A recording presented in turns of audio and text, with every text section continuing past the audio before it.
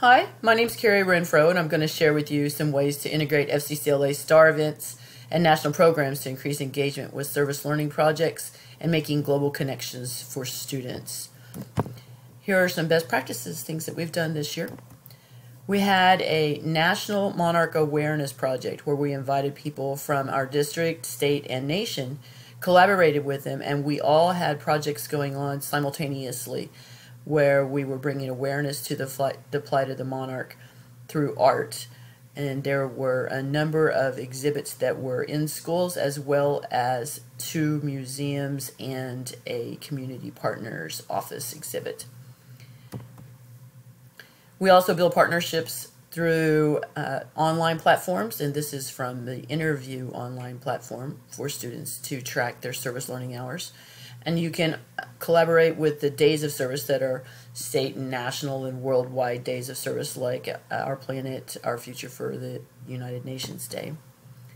I had students create templates using their math skills, and we took them outside so that they could try to lay them down and see exactly where the garden was going to go and give them a visual reference from something they had never done before. It was pretty great because a number of girls especially were quite shocked that they actually enjoyed lifting stones and building something so cool. They also put together equipment, so they had to read the manuals and learn how to put the instructions together. So it was a number of students, and it actually took a few hours, but they loved doing it, and they just kept starting over until they got it all put together right for our water hose. And then we had community partners come out to help us plant the plants, as well as help us identify plants we might need to use in the monarch garden to attract pollinators, and particularly monarchs. So that's continuing to build partner relationships. We also invited classrooms in our building, so special ed classrooms in particular, and they participated by making a couple of quilts.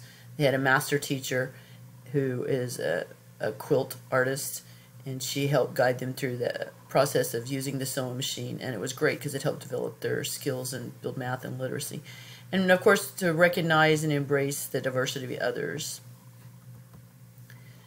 These are a couple of exhibits where they were at. And whenever you're building a team, one great way that you can do that is to create a newsletter for your FCCLA students to be able to share the mission of your program and the things that you've done I try to do it once a quarter, but you could do it whenever you like. And then the sustainable goals. This is a really important thing. In 2015, the United Nations all agreed that there were 17 things they wanted to happen by 2030. And the people that are in industry, they took it quite serious. As soon as the vote went through, people immediately were taking care of trying to figure out how they were going to make their products and sell their services in a sustainable way.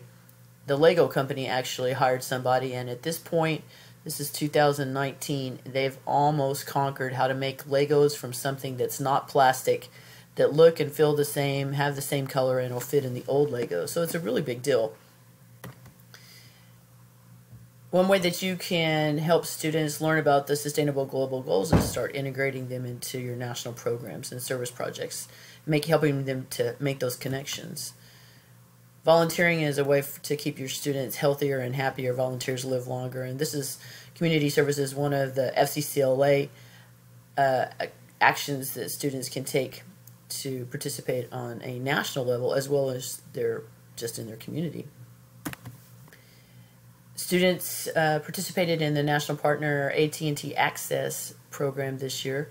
They went to 4 or 5 different locations where WIC and SNAP and food stamps are used, and it was really great because one of these places, they were having a meeting with their family partners and parents the very next night with about 60 parents, and they were extremely excited to share the flyers and the slide presentation that we shared with them when we went by.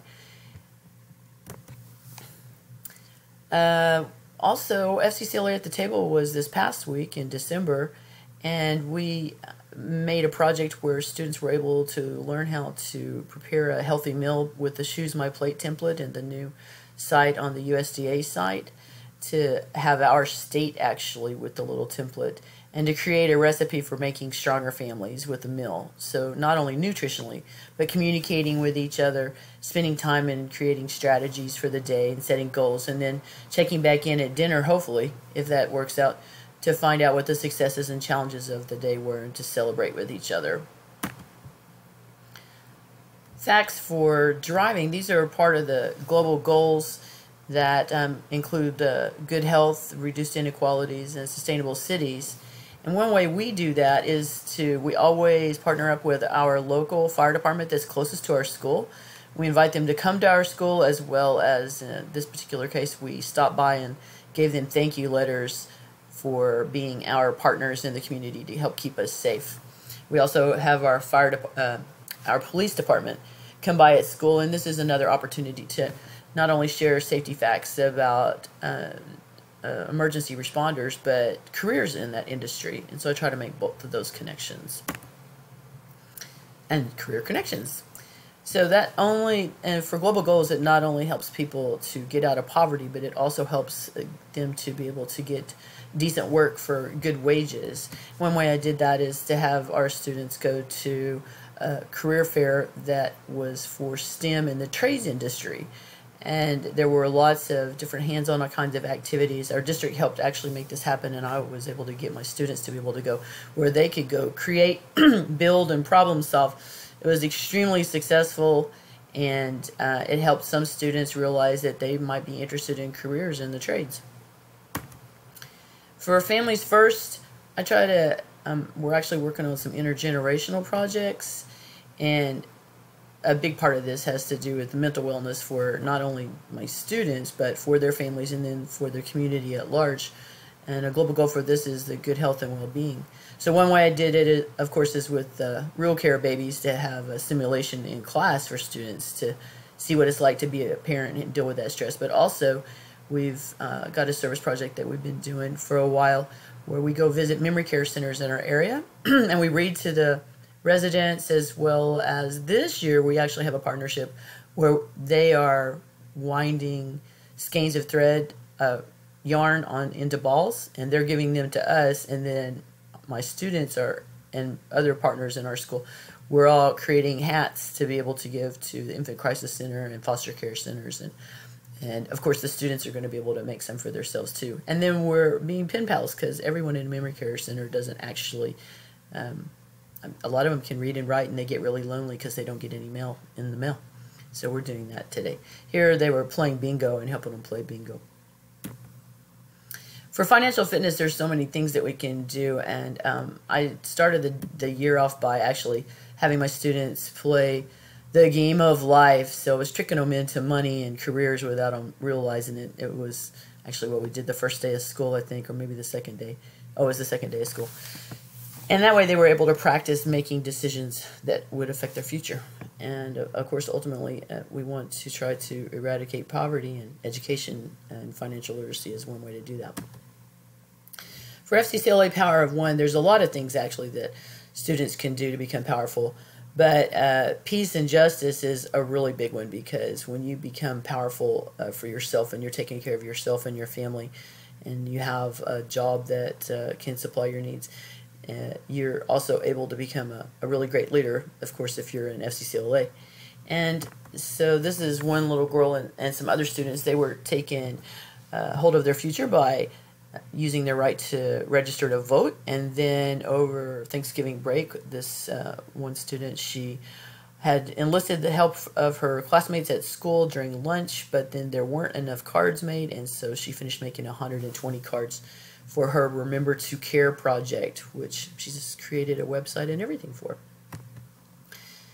The next one is Stop the Violence, a national program. And we have a lot more stuff that's going to be going on with this, but gender equality is one, because of just the abuse between genders, as well as peace for the world, and then good health and well-being, because when you are abused, then you may abuse others. So mental health, it comes back to that, and we have a lot of that going on. Students created websites for causes that they believed in, that they wanted to try to enlist the help with others. So, and of course, those have to do a lot with gender and violence in school and out of school.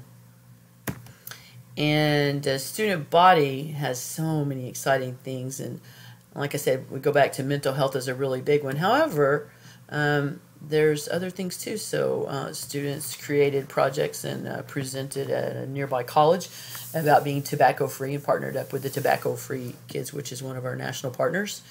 And we also had students that wrote thank you cards to veterans with the Hugs Project and partnered with our sending schools where we made, I don't know, it was like 1,000 something cards to send in veteran packages overseas. And a lot of students, of course, they have family who are veterans. So we have a Oklahoma Regional Food Bank here, and the students are able to go volunteer to pack food and actually make a change that they can see, because you can determine how many people can be fed by a meal by how many pounds of food. And so they usually stay 4 to 5 hours. They can register to have groups or individuals. And on this day, they made enough food for like, I think it was 3,000 meals, maybe. And we also enlisted the help of our students in our special education departments, who we were providing an opportunity through our partnership with FCCLA and inclusiveness for them to come along on our trip with us. And then the last thing I want to tell you about is the Students Rebuild Project, which is the great big project for this year. On this link, it shows what kids eat every day. Click on it whenever you open up the slide presentation, because it's really pretty cool. And it was a photographer's viewpoint on how to reflect what kids eat in different countries. So this is a super thing. It's extremely easy, and I would love for you to talk to me if you have any questions. But basically, the gist is you make a recipe of any kind that includes a title, the ingredients, the directions, and an illustration. And the teachers, or whoever the leader is, will load them onto the school website on the school profile for Students Rebuild, and each of them are worth $3 toward solving hunger around the world. So you don't have to do any money exchange or mailing anything. As soon as it's loaded, they'll be approved, and then money is given in your name towards these organizations. So at this point this year, we've turned in 560 recipes worth $1,680. And here's some examples of some recipes. So this is one that a student did for noodles. And then a couple of these are recipes for justice, because on Veterans Day we did a recipe for service. What might that look like whenever somebody wants to serve? What does that look like? And then this is a recipe for Christmas cookies, because it's so fun. This is also a recipe for service, which is really cool, because inside this soup bowl are all the words of things that might include service, along with this lobster. So you never know what kind of interpretation students are going to have when they create these recipes. Well, that's all I have to share on the presentation. I don't have the end slide, so I'm telling you the end. And you can go back to the beginning to be able to contact me via email or Twitter. And I would love for you to participate in our global project for MLK. The MLK celebration is our next big, huge service event where we collaborate with others in our city, state, nation, and around the world. Thank you for your time, and I hope this has been helpful.